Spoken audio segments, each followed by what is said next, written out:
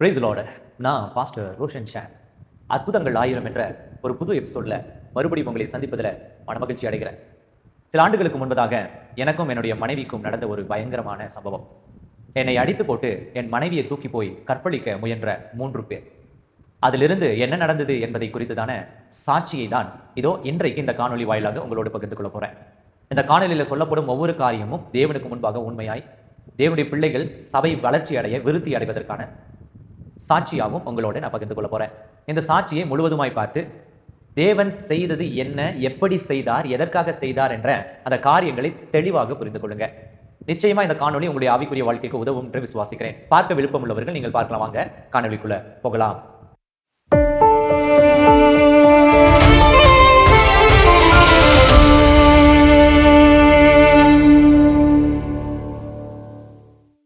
ஐந்து வருடங்களுக்கு முன்பதாக திருமணம் ஆகி ஒரு வருடம் ஆகியிருந்தது. அந்த சூழ்நிலையில் நானும் என்னுடைய மனைவியும் விருதுநகர் சாத்துரை நோக்கி ஒரு ஊழியம் காரணமாக சனிக்கிழமை காலை புறப்பட்டு சென்று கொண்டிருந்தோம். அந்த நாட்கள் மிகுந்த கடுமையான, ரொம்ப வேதனை நிறைந்த நாட்கள். எங்களுடைய ஊழியத்தில் பெரிய அளவில் அங்கீகாரமோ பெரிய அளவில் அறிமுகமும் இல்லாத ஊழியனாய் நான் இருந்தேன்.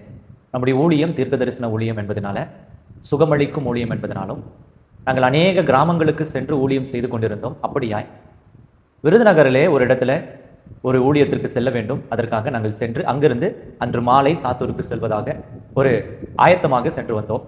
சென்று கொண்டிருக்கும் பொழுது எங்களுடைய வாகனத்தில் நாங்கள் ஒவ்வொரு முறையும் நாங்கள் வெளியே செல்லும் பொழுது எங்களுடைய வீடுகளிலிருந்து நாங்கள் உணவை எடுத்துக்கொள்வோம், சமைத்துக்கொள்வோம். ஏன்னா வெளியில் வாங்கும் அளவுக்கு பணம் இருக்காது. பெட்ரோல் போட்டுட்டு போவோம். அது மற்ற எந்த உணவு வாங்குவதற்கு எதற்குமே பணம் இருக்காது. அதனால் வீட்டிலேயே தயார் பண்ணி போனோம்.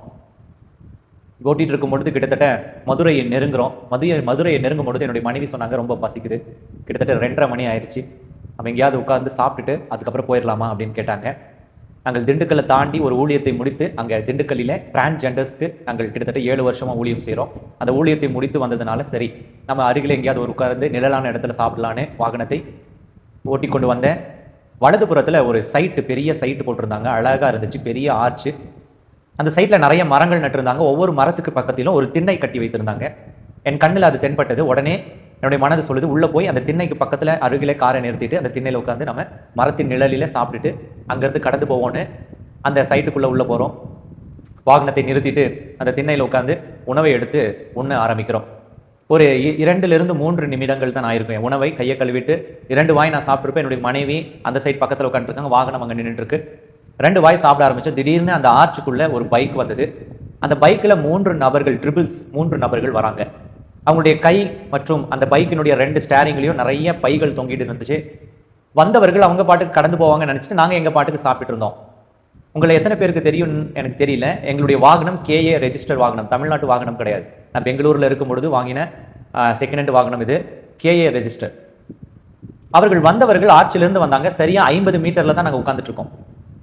எங்களுடைய வாகனம் அங்கே நிறுத்தப்பட்டிருந்தது. எங்களை பார்த்த உடனேயே எங்கள் வாகனத்துக்கு பின்பதாக அவர்கள் வந்த பைக்கை நிறுத்திட்டாங்க. நிறுத்தினோடனே என்னுடைய மனைவி என்னை தட்டிட்டு சொன்னாங்க, வந்துட்டு போகாமல் அவங்க பாட்டுக்கு நிறுத்திட்டாங்க. நான் யாருன்னு பார்த்தா 3 பேர். அவங்க வேட்டி கட்டி, அந்த பர்முடா போட்டு வேட்டியை இந்த இடுப்பில் மடிச்சு கட்டுவாங்க இல்லையா, அந்த மாதிரி கட்டிட்டு 3 நபர்கள், ட்ரிபிள்ஸு 3 பேரும் பைக்கில் இருந்து எங்களையே பார்த்துட்டு இருக்காங்க. என்னுடைய மனைவிக்கு கொஞ்சம் பதட்டமாக ஆரம்பிச்சிருச்சு. ஒரு 2 நிமிஷத்தில் அவங்க என்ன செஞ்சாங்கன்னா, ஒருத்தர் பேசிட்டு அந்த பைக்கை விட்டு 3 பேரும் சைடு ஸ்டாண்டு போட்டு இறங்குறாங்க. என்னுடைய மனைவி மடமடன் என்ன தட்டுறாங்க. சைடில் தட்டிட்டு என்கிட்ட சொல்கிறாங்க, நான் அப்பவே சொன்னதானே உங்களுக்கு, இந்த மாதிரி ஆள் அளவம் இல்லாத இடத்துலலாம் நிற்காதீங்க, இப்படிலாம் நிற்க வேண்டாம், நான் உங்ககிட்ட சொன்னதானே, நீங்கள் என்னைக்காவது கேட்குறீங்களா? இப்போ பாருங்கள், அவங்க பாட்டுக்கு போகாமல் அவங்க அப்படியே நின்று இப்போ பைக்கில் இருந்து வேற இறங்குறாங்க அப்படின்னு சொல்லி அப்படியே பதறாங்க. நான் அவங்க கையில் என்ன இருக்குது அப்படின்னு பார்த்தா, அவங்க கை முழுவதும் beer bottle and drinks, alcohol bottle, பார்ல இருந்து இல்லைன்னா டாஸ்மார்க்ல இருந்து வாங்கிட்டு வந்திருக்காங்க போல. இப்போ என்ன செய்யறாங்க, அந்த லாஸ்ட்ல இருக்கிறவர் அவங்க மற்ற 2 பேர்த்துக்கிட்டே அந்த பேக்கை கொடுத்துட்டு ஏதோ ஒன்று பேசுறாரு.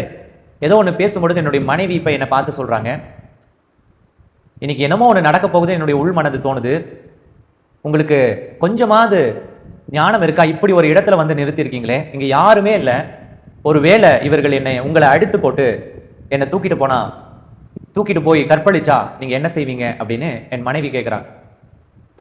இது ஒரு எல்லா பெண்களும் கேட்கக்கூடிய ஒரு பிராக்டிக்கலான ஒரு பயத்தில் ஏற்படுகிற கேள்வி. ஏன்னா உண்மையிலேயே அங்கே யாருமே நடமாட்டமே இல்லாத ஒரு இடம், பெரிய இடம் அந்த சைட். என் மனைவிக்கு அவ்வளவு ஒரு பதட்டம், பயம். அப்ப அந்த சூழ்நிலையில நான் சொன்னேன், அமைதலா இரு, ஏன் சும்மா உளர்ற, அப்படி எல்லாம் ஆகாது, நீ பேசாம சாப்பிடுன்னு, சும்மா இருங்க அப்படின்னு அவங்க கையில இருந்த தட்டு, அந்த டிஃபன் பாக்ஸ் உதறது அப்படியே கீழே வச்சுட்டாங்க. இவங்களுடைய பதட்டத்தையும் பயத்தையும் பார்த்து, சரி நாம இதுக்கு ஏதாவது ஒன்று செய்யணுமேன்னு சொல்லிட்டு என்னுடைய மொபைலை எடுத்து கையில் வச்சுக்கிட்டேன். ஒரு சேஃப்டி இல்லையா, இமீடியட்டாக யாருக்காவது கால் பண்ணலாம், ஒருவேளை போலீஸ்க்கே கால் பண்ணலாமே அப்படின்னு சொல்லி என்னுடைய மொபைல் எங்கேன்னு தேடினா, என்னுடைய மொபைல் வாகனத்தினுடைய அந்த மொபைல் ஹோல்டரில் நான் போட்டு அப்படியே வந்துட்டேன். அதில் மேப் போட்டு தான் அந்த அந்த ஊழியத்துக்கு போயிட்டு இருந்தோம். அந்த வீட்டுடைய மேப்பு விருதுநகரில்.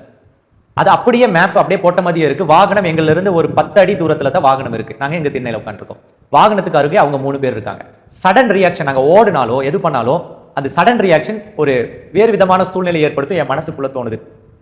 என் மனைவி மறுபடியும் கையை பிடிச்சிட்டாங்க. என் கையை பிடிச்சி சொல்றாங்க, இல்லை இன்னைக்கு என்னமோ நடக்க போகுது, எனக்கு இப்போ ரொம்ப பயமா இருக்கு.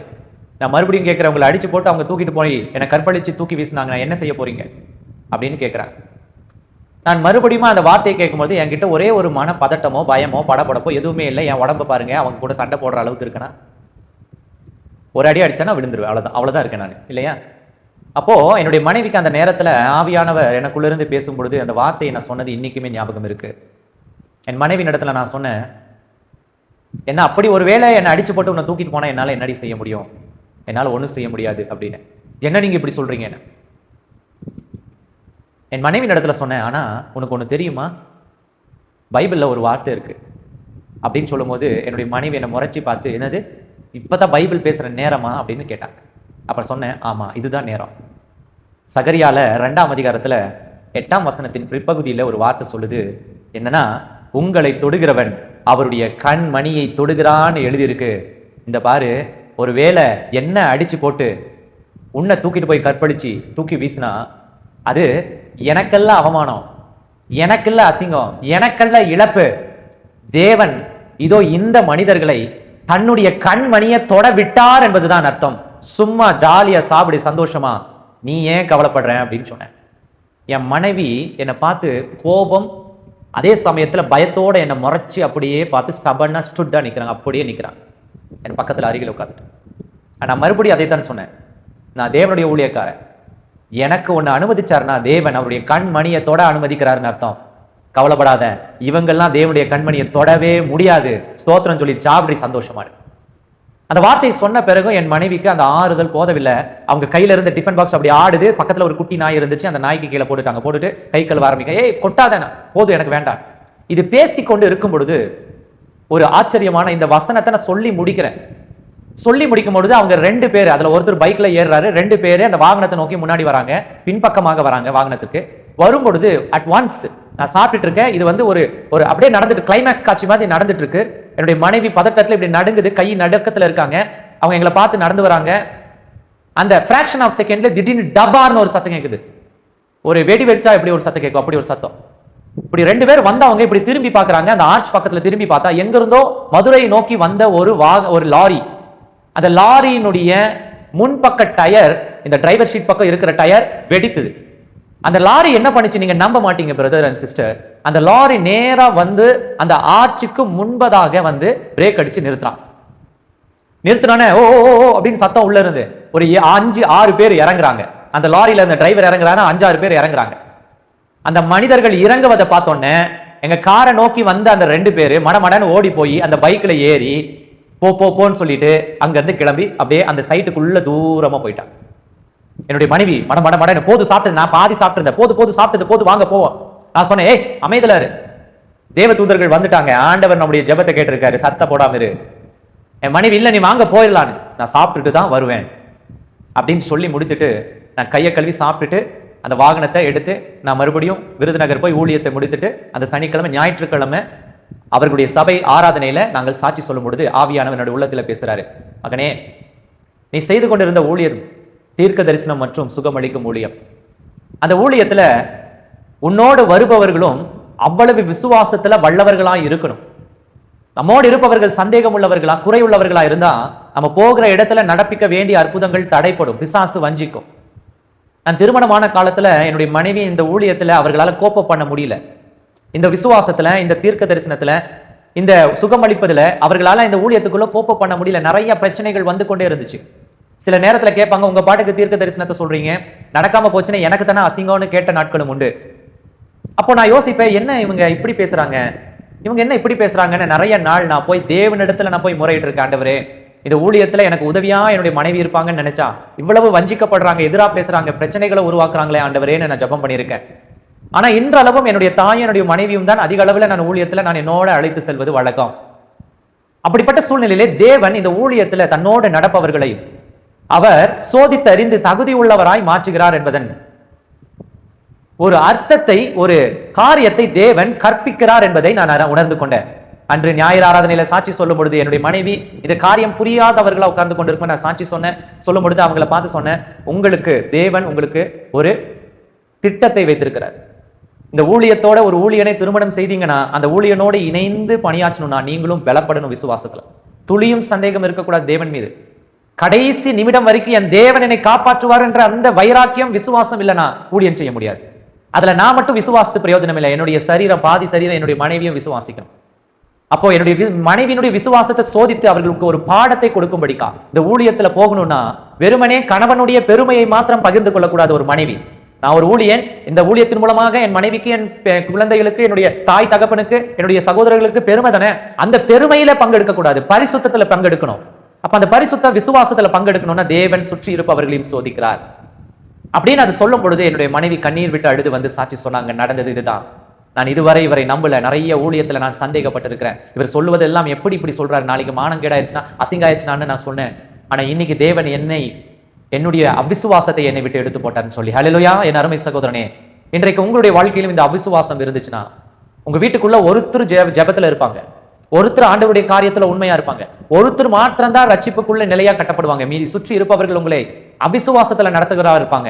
ஒருவேளை அவர்களை குறித்து கவலைப்பட்டு கொண்டீங்கன்னா கவலைப்படாதீங்க. தேவன் சொல்றாரு, இதோ உன் மூலமாக அவர்கள் ரட்சிக்கப்படுவார்கள். ஹல்லேலூயா. உன் மூலமாக அவர்கள் பரிசுத்தமாக்கப்படுவார்கள், உன் மூலமாக அவர்கள் தொடப்படுவார்கள். அன்றைக்கு என்னுடைய மனைவி கற்பழிக்கப்பட்டிருந்தாலோ, நான் அடித்து தூக்கி எறியப்பட்டிருந்தாலோ, இன்றைக்கு நான் உங்களுக்கு முன்பதாக நின்றிருக்க முடியாது, இந்த சாட்சியை சொல்லியிருக்க முடியாது. என்னுடைய மனைவி மனம் திரும்ப அந்த நிகழ்வு ஒரு மாற்றம். இன்னைக்கு தேவனும் உங்க வீட்டுல ஏதோ ஒன்றை அனுமதிக்கிறார்னா மனம் திரும்புவதற்கான ஒரு மாற்றத்திற்காக தானே ஒழிய உங்களை காயப்படுத்த, உங்களை நஷ்டப்படுத்த, உங்களை அளவைக்க அல்ல என்பதை புரிந்து கொள்ளுங்க. என் அருமை சகோதர சகோதரிகளே, இந்த சாட்சியின் மூலமாய் தேவன் உங்களுக்கு சொல்லுகிற ஒரு காரியம் உண்டு. உங்களை தொடுகிறவன் தேவனுடைய கண்மணியை தொடுகிறான். ஹல்லேலூயா. நிச்சயமாய் தேவன் ஒருபோதும் பிசாசுக்கு உங்களை ஒப்புக் கொடுப்பதில்லை.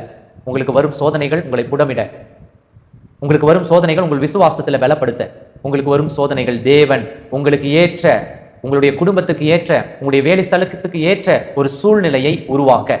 எனக்கு என்னுடைய ஊழியத்தில் என்னுடைய மனைவியை அந்த சோதனைக்கு பிறகு சரியான ஒரு ஊழியத்துல துணை உள்ளவரா மாற்றினாங்க. உங்களுக்கும் அநேக காரியத்துல தேவன் மாற்ற உங்களுக்காக நான் ஜெபித்துக் கொள்கிறேன். அற்புதங்கள் 1000 என்ற இந்த காணொலி வாயிலாக உங்களை சந்தித்தல கிறிஸ்துவுக்குள்ள மனமகிழ்ச்சி அடைகிறேன். இந்த வார்த்தைகள் உங்களுக்கு ஆசீர்வாதமா இருந்தால் மற்றவர்களோடு பகிர்ந்து கொள்ளுங்க. தேவனுடைய கிருபை உங்களை ஆளுகை செய்யட்டும். மறுபடியும் இன்னொரு காணொலி வாயிலாக உங்களை நான் சந்திக்கிறேன். நான் உங்கள் ஊழியன் Roshan Shan. God bless you. God bless you.